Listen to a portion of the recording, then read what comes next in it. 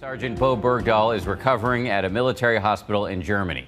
We learned today that doctors are so worried about his mental health after 5 years in Taliban custody that they've told his family not to reach out even just to say welcome back. Of all the questions swirling around this young man, perhaps the most intriguing is why did he leave his base in the first place? Tonight, ABC's Martha Raddatz probes the mystery. Who is Bowe Bergdah?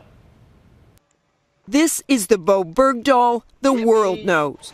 Release me, please. I'm begging you.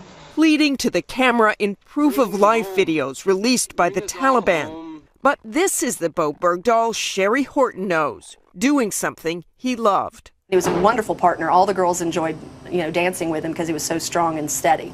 Sherry was Bergdah's ballet teacher and later his roommate back home in Idaho. He's a very interesting guy. Very quiet. He was an observer. You couldn't actually put him in a little cubby hole. He was kind of his own person. He was very much an individual. But tonight, his family and friends can't even speak to him to say welcome back yet. The doctors at Landstuhl Military Hospital in Germany concerned that years of isolation and captivity have resulted in deterioration of the Army sergeant's mental and physical health, and he is yet to be questioned by military authorities. How did Bergdah disappear? The commander-in-chief says that is beside the point. We still get an American soldier back if he's held in captivity. Period. Full stop. But that has not stopped the increasing questions about Bergdah's captivity. Perhaps most importantly, did the young soldier desert? Sherry Horton doesn't know the answer to that, despite her unwavering support. The Bowe I knew wasn't a quitter. He wasn't a deserter. This isn't what I would have seen him doing, and I don't know for a fact that this is what he did. Nobody does. But those who served right next to him in Afghanistan say he intentionally left his post. It was premeditated. It was thought out. Cody Full roomed with Bergdah before their deployment. He was not forcefully taken off the base. I don't think that somebody that deserted their platoon mates in a time of war should be able to desert and get away with it. Could he be punished? The Army today said that it is preparing a comprehensive review of Bergdah's disappearance and captivity, a review that will include speaking to the former prisoner himself. According to the chairman of the Joint Chiefs of Staff, when Bergdah is ready to provide them, we'll learn the facts. Like any American, he is innocent until proven guilty, adding, our Army's leaders will not look away from misconduct if it occurred. Given the years in captivity, defense officials say punishment is unlikely, but an investigation could answer the question, why would Bergdah leave the base?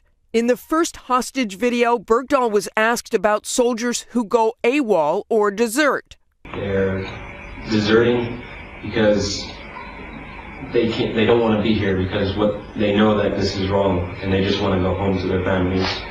And senior defense officials tell ABC News Bergdah wrote a note expressing disillusionment with the mission in Afghanistan and thinking he might have a better way to deal with it.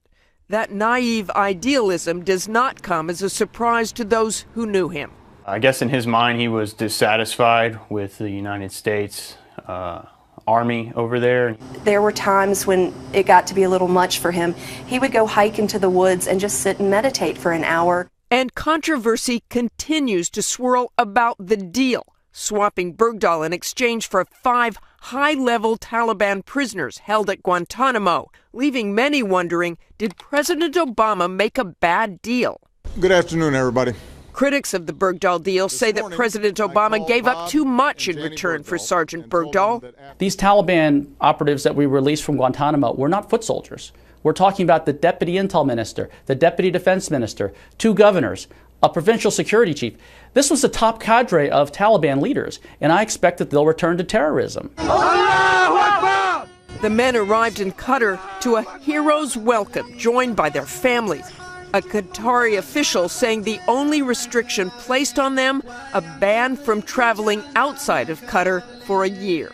Nearly a third of the detainees who have left Guantanamo, roughly 200 out of 600, are confirmed or suspected of having returned to terrorism. Today, the president defended the decision. And we have confidence that we will be in a position to go after them if, in fact, they are engaging in activities that threaten our defenses. In addition, Gordon says that with the Bergdah deal, President Obama may have set a dangerous precedent. So if the Taliban could get 5 of their top leaders out of Guantanamo just for this guy who was a deserter, imagine what they can do if they got a war hero. As a parent, I can't imagine the hardship that you guys have gone through.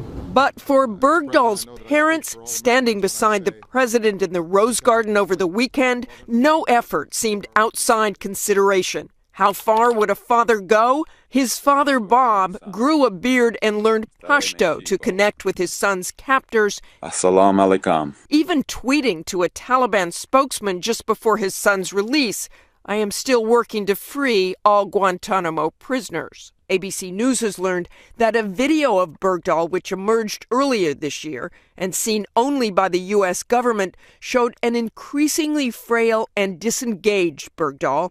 For Sherry Horton, it has been painful to see the dancer she once knew fade away while being held by the Taliban. He's always been a big, strong guy, and the last pictures that were coming out, he was not. And so that's the difference I could see. But at the time, I actually stopped watching the videos. I want to go home. But the Army will certainly be taking a hard look again at those videos. Still, so many questions remain. For Nightline, I'm Martha Raddatz in Washington. An intriguing and mysterious story, and our thanks to Martha for that report.